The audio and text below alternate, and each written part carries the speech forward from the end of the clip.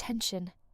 Below you will read a truly terrifying tale that may awaken a primordial fear within you and leave horrifying images etched in your memory for a long time. This scary story, steeped in mysticism and horror, began in the heart of America, in one of those small towns you can hardly find on a map. Far from the noise of megacities, everything there appears eerily calm and measured.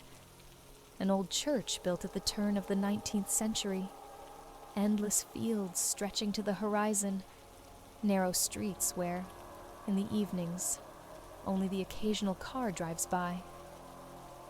But this silence is deceptive. And now I will tell you about a priest who once faced forces more terrible than any, even the most seasoned hunters of the supernatural could imagine.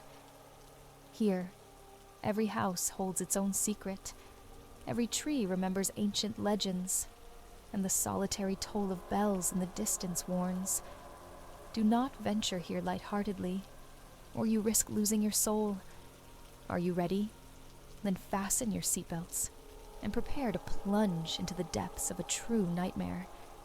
The priest's name was Father John Marlowe, and he arrived in this backwater after a long and trying service in a big city.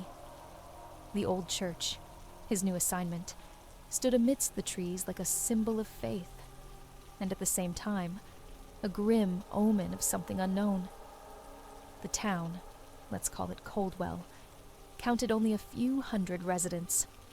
People here were used to living by their own unspoken rules and traditions, shaped over decades, even centuries. Most came to church not so much to pray, but rather to follow their ancestors' custom. However, Father Marlowe's arrival was a kind of shock. He was young, full of enthusiasm, ready, so he thought, to revive true spirituality in this God-forsaken place. At first, Father John noted the strange atmosphere in Coldwell. Initially, he attributed everything to the townspeople being overly reserved and unfriendly toward strangers. It seemed that every home radiated a sense of oppressive tension, and people preferred not to meet a stranger's gaze, quickly looking away. When the priest first tried to speak to several locals to invite them to Sunday Mass, he was met by a frosty wall of silence. In response to his smile and kind words, he got only cautious, sometimes worried nods. It was as though the residents of Coldwell all shared a single secret and refused to reveal it. During his first week, the priest lived in a small house not far from the church. The stone building of worship was in deplorable condition, walls cracked, icons damaged by dampness, and the bell tower was home to crows whose eerie calls rang out at dusk. But Father John believed all these mundane issues could be fixed easily. He brought in building materials, arranged for minor repairs, and secretly believed he could restore these people's faith in God. Yet from his very first days there, strange dreams began to haunt him. He saw narrow corridors, elongated shadows, black figures standing behind him, and a church bathed in a crimson glow. At night, he awoke in a cold sweat, sensing someone's presence in the room, as if the shadows dancing across the walls had come to life and crept toward his bed. And no matter how fervently he prayed before sleeping, the visions did not diminish. Before long, Father John realized there were practically no nighttime events in Coldwell.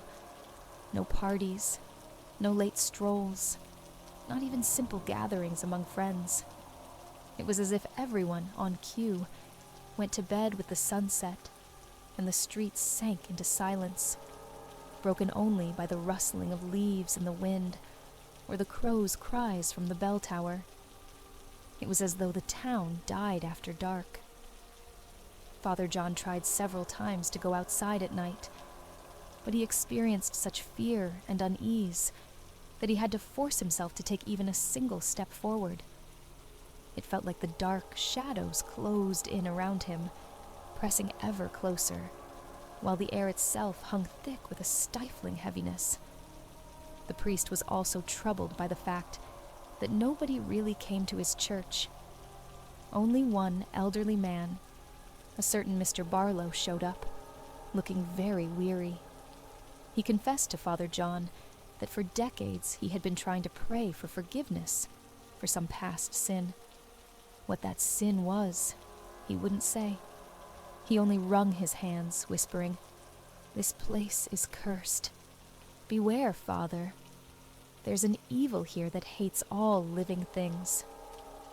Naturally, the priest took his words as the ravings of an old, superstitious man steeped in rural legends and fears. But Mr. Barlow's words would not leave him. Cursed. There's an evil nesting here. Father John wondered what scary story might be hidden in these rumors. In his second week, he had that same terrible dream again. But this time, he saw the hazy silhouette of a woman in a white gown. She stood in the empty church before the altar, not turning toward him. Yet somehow he knew she was staring straight into his soul. In the dream, he felt a crushing horror mixed with frightening mysticism, as though some ancient transgression lay heavy on the church walls. When he decided to move closer to the woman, she suddenly whirled around, and Father John recoiled in terror. Where her eyes should have been were empty hollows, and her lips were split by something sharp, drawn into a frenzied dead grin. Upon waking, his heart pounded as if he had run a marathon. Almost by reflex, he made the sign of the cross, sensing that these sinister images refused to let him go. That same night, just before dawn, he heard strange sounds coming from the church basement, where old church supplies and archive documents were stored. An unshakable feeling washed over him that someone was moving around down there, searching for something or hiding. Thinking it might be either wandering teenagers or a vagrant, Father John armed himself with a flashlight and went down. Yet after combing every corridor and nook, he found no one. However, he did find ancient records covered in centuries of dust. Among them were peculiar notes belonging to a previous priest, Father Elliot, about whom Father John knew almost nothing. In these diaries, Father Elliot spoke of supernatural forces that had plagued Coldwell since its founding. Darkness lies in the depths beneath our church. It feeds on people's fear and thirsts to escape. Such phrases leapt from the pages, sending chills down the spine. And at the end of one diary, there was a short note. "If you are reading this, know that I did not leave willingly. Beware of them all. The X in them was smudged, and where a signature should have been lay a blurred bloodstain." Having read these lines, Father John felt deeply troubled. On the one hand, he refused to believe in any kind of ancient mysticism and stories of evil prowling underground like a creature from children's tales. On the other hand, the dreams, the nocturnal rustlings, the oppressive atmosphere of the town, and the bizarre behavior of its inhabitants wouldn't leave him alone. The more he pored over the diaries, the more he felt the old texts burrowing into his mind, awakening hidden fears. Father Elliot's words suggested that some inexplicable threat loomed over the town, and that the church played a crucial role in containing the evil. "We built our church over the site of a pagan shrine. Bloody rituals dedicated to dark gods were once performed here. If you give them freedom, if you break the balance, they will return and claim our souls," said one entry. In the days that followed, Father John noticed a stifled hostility in the townspeople's eyes, perhaps even fear directed at him personally. Some would almost demonstratively shut their doors when he passed by, and children, seeing his cassock, would run away as if they had spotted a monster from a nightmare. Even so, the priest tried to find someone who was willing to talk openly. Surprisingly, that person turned out to be a woman named Mary Hudson, the local school's headmistress. She approached him after an evening service and invited him to her home for tea. There was tension and worry in her voice, but Father John agreed. He had long wanted to learn the truth about what was happening in Coldwell. In Mrs. Hudson's living room, there was only half light. She barely drew the curtains, as if afraid someone outside might see them. Pouring tea, Mary confessed that virtually all local residents had grown up hearing one horrifying story about a nameless girl, allegedly sacrificed by her own family, on the spot where the church now stands. Rumor has it that this occurred sometime in the mid-18th century, long before the town itself was founded, when local colonists still practiced certain dark cults. And ever since that day, the murdered girl's spirit has never found rest. Each generation grows up hearing tales that the church's basement at night is haunted by the ghost of a woman in white. And no one dares talk about it, Mary whispered, because if you speak too much, you attract her attention, and that leads to death. Father John could hardly believe his ears. How wild and barbaric did this legend sound. But the nightmares he'd been having of the woman in white came unbidden to his mind. Meanwhile, the residents continued to avoid Father John. What was more unnerving was that every night, strange knocking noises echoed from the dark corners of the church. Sometimes it sounded like heavy blows, as if someone were pounding on the walls, and other times it was a faint scraping, like claws on stone.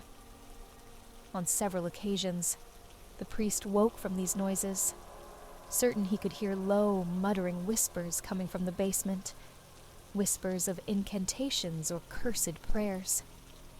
His heart clenched in terror at the mere thought of venturing into the pitch-black cellar to find out what was happening. Yet at the same time, his sacred duty and faith in God compelled him forward. He had no right to shrink away, for the care of these parishioners had been entrusted to him. A month after Father John arrived, truly frightening events began to unfold in Coldwell. First, a teenage girl named Sarah, one of Mrs. Hudson's students, disappeared.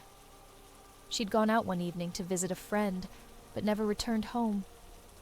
The residents searched the entire town, combing the woods, the fields, abandoned houses. The girl vanished without a trace. On the 5th day after the search began, when all hope seemed lost, Father John went to the church to pray for Sarah. That was when he stumbled upon something horrifying near the entrance to the basement.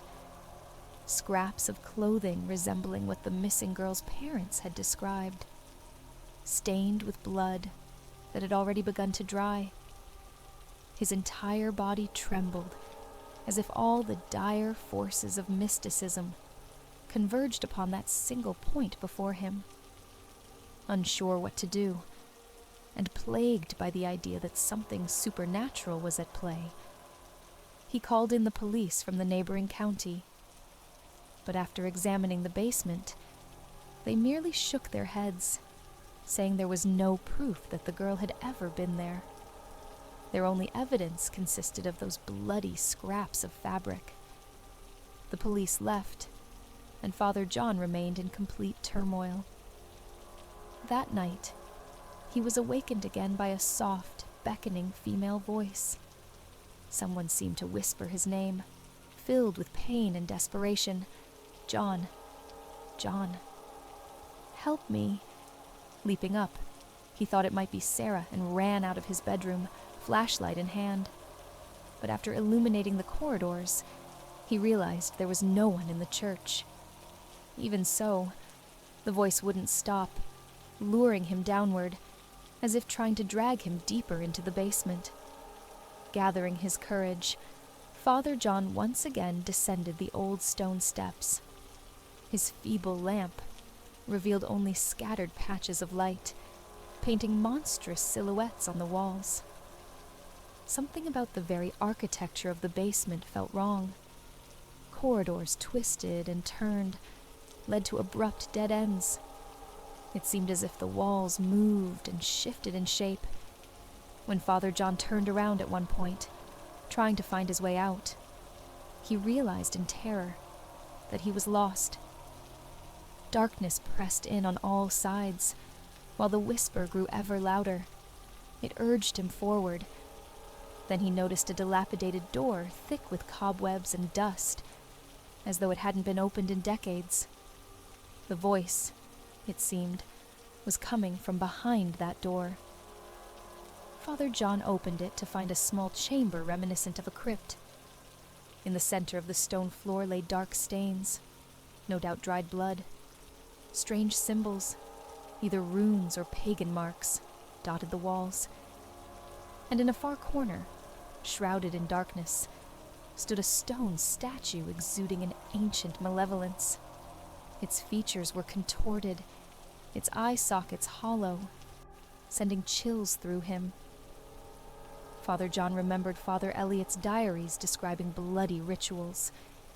It seemed as though the statue might come alive at any moment and stretch out its twisted arms. His heart felt cold as he moved closer and saw scattered bones around the statue. They might have been animal bones, but he had an awful feeling some were human. Fear enveloped his consciousness. Had dark rites once been performed here, and might they still be? Just then, the voice no longer whispered but almost screamed, "Help! John, don't let her take me!" The priest frantically looked around, trying to pinpoint where the sound was coming from. Suddenly, in one of the shadows, he saw something move, something in white. His gaze fixated there, and he saw a girl, skin deathly pale, her eyes burning with a feverish glow. Blood clung to her lips, still fresh. Terror nearly nailed Father John to the spot. The girl's expression was strange, a combination of pleading and rage. And in that moment, he realized he was face to face with either a ghost or the very evil that had taken on the form of this ancient victim. He felt his mind reeling, his limbs turning cold. Yet clinging to his faith, Father John began reciting a prayer. What happened next defies words. It seemed as though the girl's spirit struggled against some invisible power that held her bound to this place.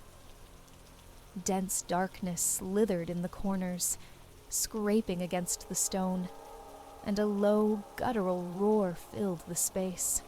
Part bestial, part demonic. Everything whirled in a swirling vortex, and the statue appeared to shift, growing more alive by the second. At that critical moment, the priest made a desperate move. He grabbed an old silver crucifix hanging on the wall and extended it, continuing to pray to the Lord. He could sense an unknown dark force resisting, cursing him, trying to drown out his words. Yet his faith held steady. Though fear clawed at his throat, he didn't falter for a second. Suddenly, there was a loud crash, and some invisible force flung Father John against the wall. His head struck hard, and for a moment, all went black. When he came to, he was alone in total darkness. In a panic, he groped for his flashlight, shattered to pieces beside him. Struggling to his feet, he realized that the door to the corridor had slammed shut from the impact and was jammed. He was trapped in this crypt room with ancient evil. His heart pounded so violently, he could feel every throb echo in his skull. Leaning against the wall, He forced himself to keep praying, believing it was his only option. At some point, he felt the bones on the floor begin to tremble and shift, as though the statue stared at him with its empty sockets. A devilish whisper rasped in his mind, "You will never leave here." But then, a bright light flared, so intense it was as if lightning had exploded in the darkness. For a single moment, everything froze. The shadows let out a howl, the room shook, and the door to the corridor burst open with a great jolt. Shivering all over, Father John stumbled down the hallway, pressing on toward the staircase with his final reserves of strength. Behind him echoed a roaring voice, and he knew something was in pursuit. Footfalls and scraping sounds surrounded him. Reality blurred, and his consciousness threatened to fade. Yet, at the last moment, he felt the stairs beneath his hands and scrambled up, back into the main church. Once there, he collapsed, breathing hard. The cool hush of the sanctuary felt like paradise after such a nightmare. At dawn, when the sky began to lighten the church windows, Father John knew he needed to act. Leaving things as they were would condemn Coldwell to eternal bondage under this darkness. But the police wouldn't believe talk of mysticism and horror.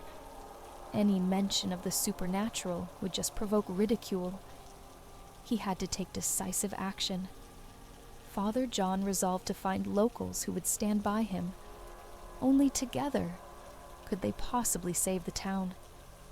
Strangely enough, the one who offered help was the same old man, Mr. Barlow.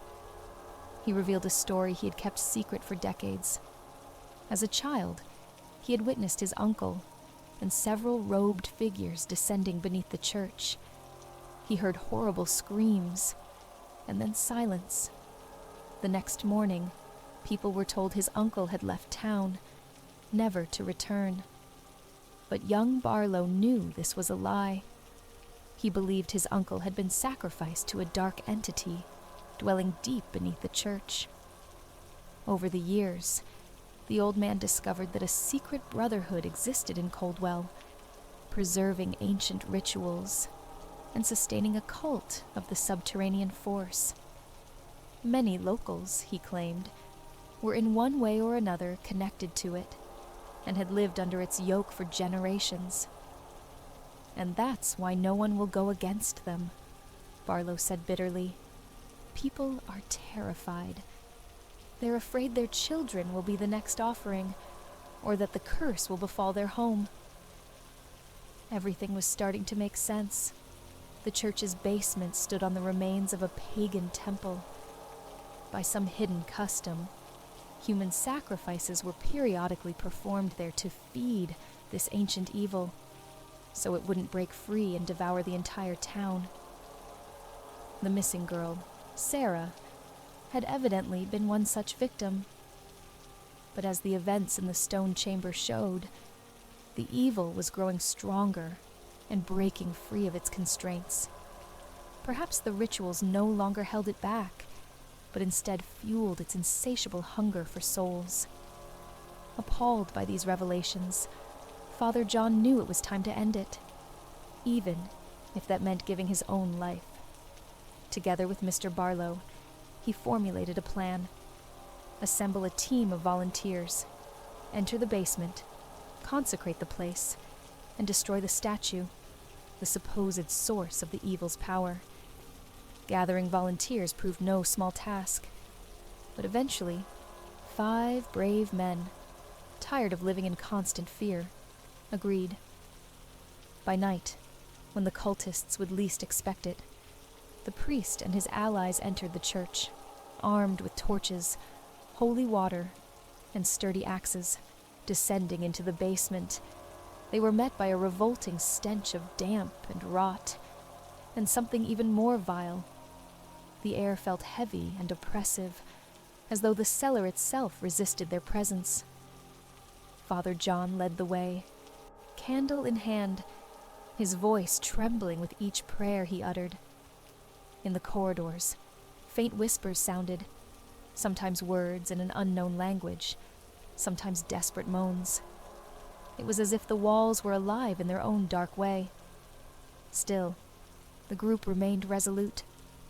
At last, they reached the forbidden door, where the priest instructed everyone to stay close, no matter what happened. They entered the crypt-like room, and all eyes fixated on the stone idol. Under torchlight, it looked even more monstrous.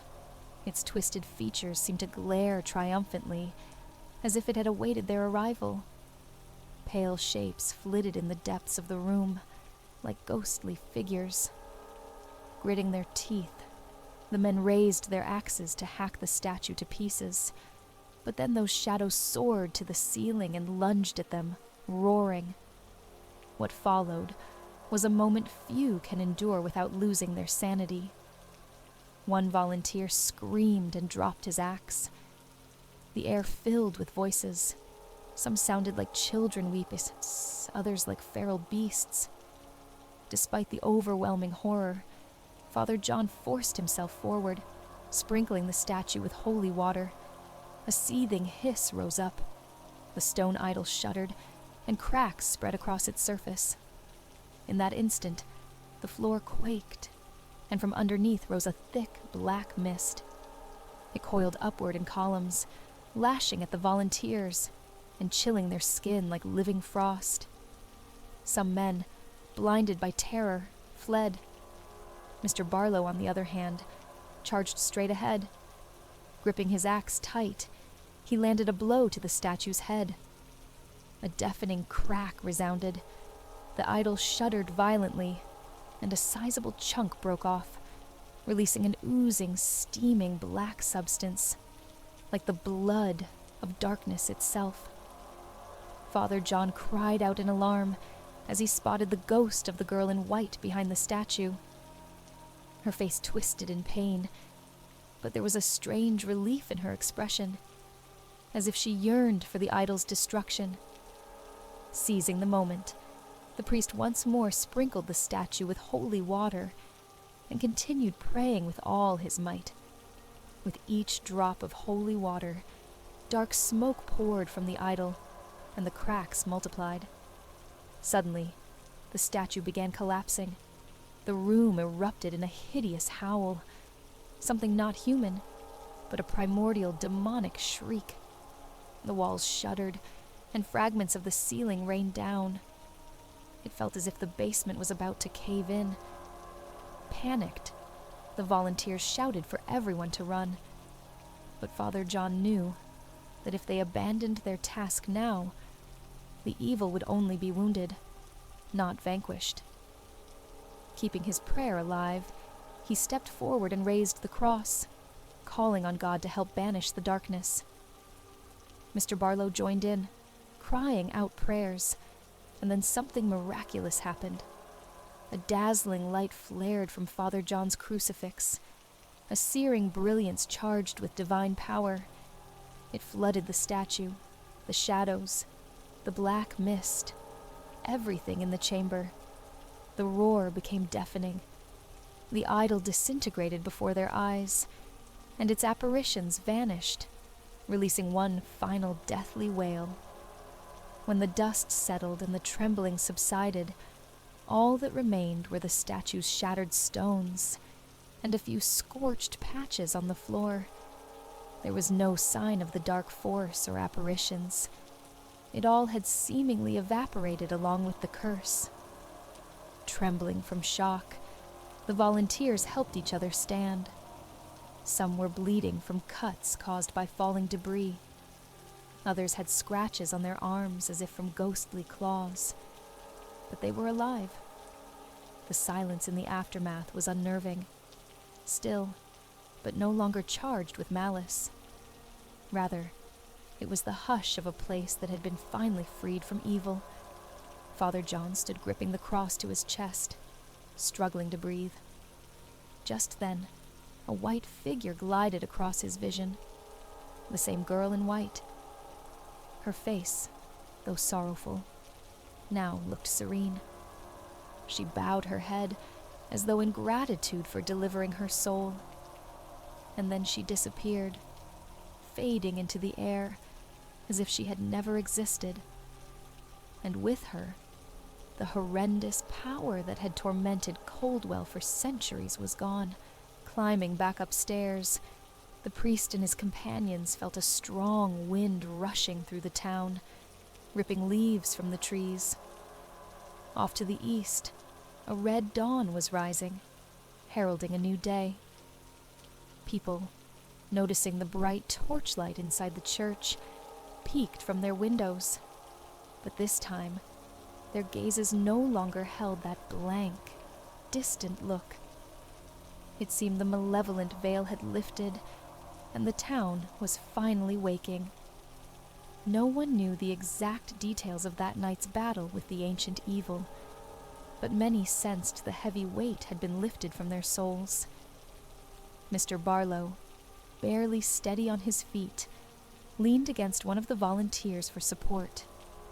Though exhausted, he looked content. At last, the nightmare he had carried for so many years was over. The following day, Father John held a service that drew nearly every resident of Coldwell.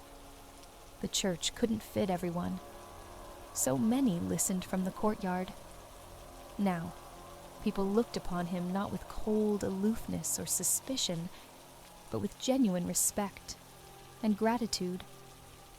In his sermons, the priest spoke of the power of faith, how only by uniting and showing resolve had they been able to cast out the evil that had dwelled among them for decades, maybe centuries.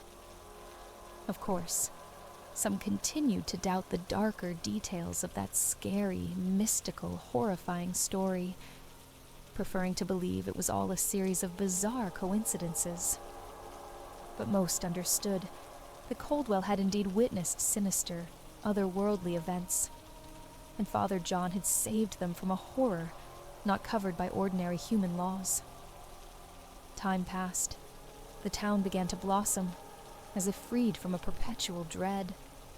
Homes were repaired.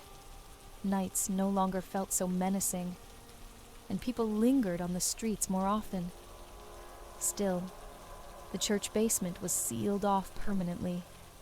At least, those sections leading to the ancient chamber where the ghastly statue had stood. No one wanted to risk giving the darkness an opportunity to regain its strength. Father John continued his service in Coldwell, earning the sincere love and admiration of his flock. Yet he was long haunted by what had transpired. Visions of the woman in white, blood on the stone floor, whispers from the depths, and the furious roar of that dark entity. Even in the months and years that followed, nightmares persisted. When they came, he prayed for the souls of all the innocents who had been sacrificed to that ancient cult, and for the darkness never to return. Before long, journalists and paranormal enthusiasts began showing up in Coldwell, hoping to dig up a sensational story. Scary story, mysticism, and horror always draw crowds eager to thrill themselves. But the town's officials denied any supernatural elements, citing only a series of unfortunate incidents and rumors without real evidence. Father John avoided public statements. He firmly believed some mysteries are best left veiled. True horror, dark forces, they are not mere games for the press or the curious. He knew that evil can survive its defeat, and under the right circumstances awaken again. May God forbid that day from ever coming. Years passed. Many who had witnessed those nightmarish events either died or moved away. But those who remained remembered Father John's great deed. New generations no longer felt that oppressive atmosphere. The town had found its peace.